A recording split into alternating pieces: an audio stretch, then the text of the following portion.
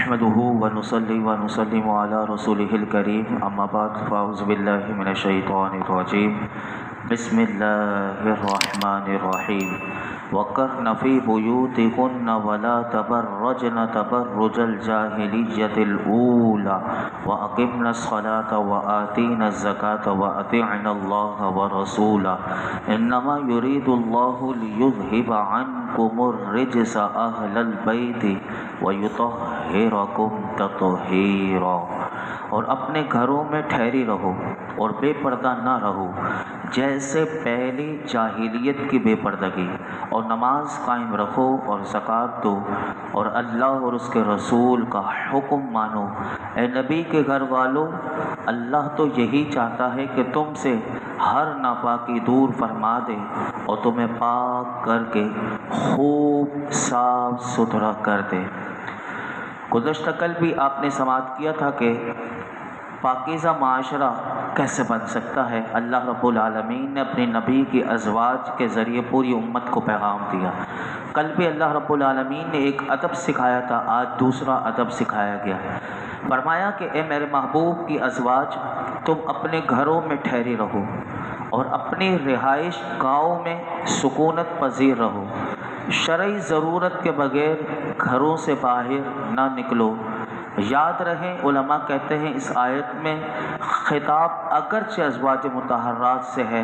لیکن اس حکم میں تمام عورتیں داخل ہیں مسلمان۔ ازواج مطہرات نے اس حکم پر کس حد تک عمل کیا،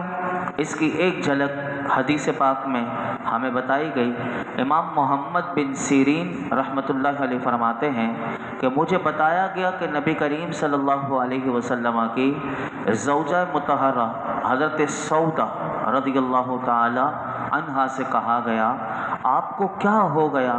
کہ آپ نہ حج کرتی ہیں اور نہ عمرہ کرتی ہیں؟ انہوں نے جواب دیا، میں نے حج بھی کیا ہے اور عمرہ بھی کیا ہے، اور اللہ تعالیٰ نے مجھے حکم دیا ہے کہ میں گھر میں رہوں۔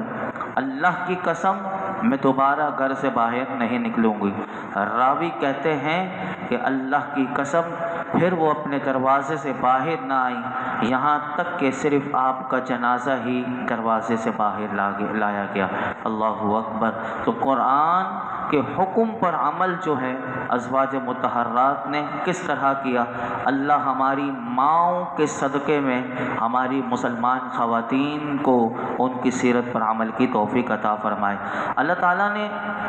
عورتوں کو یہ حکم دیا کہ وہ اپنے گھروں میں ٹھہری رہیں، شرعی ضرورت اور حاجت کے بغیر اپنے گھر سے باہر نہ نکلیں۔ نبی کریم صلی اللہ علیہ وسلم نے بھی عورتوں کے اس عمل کی فضیلت بھی بیان فرمائی۔ ایک حدیث پاک میں آتا ہے کہ حضرت انس رضی اللہ تعالیٰ عنہ فرماتے ہیں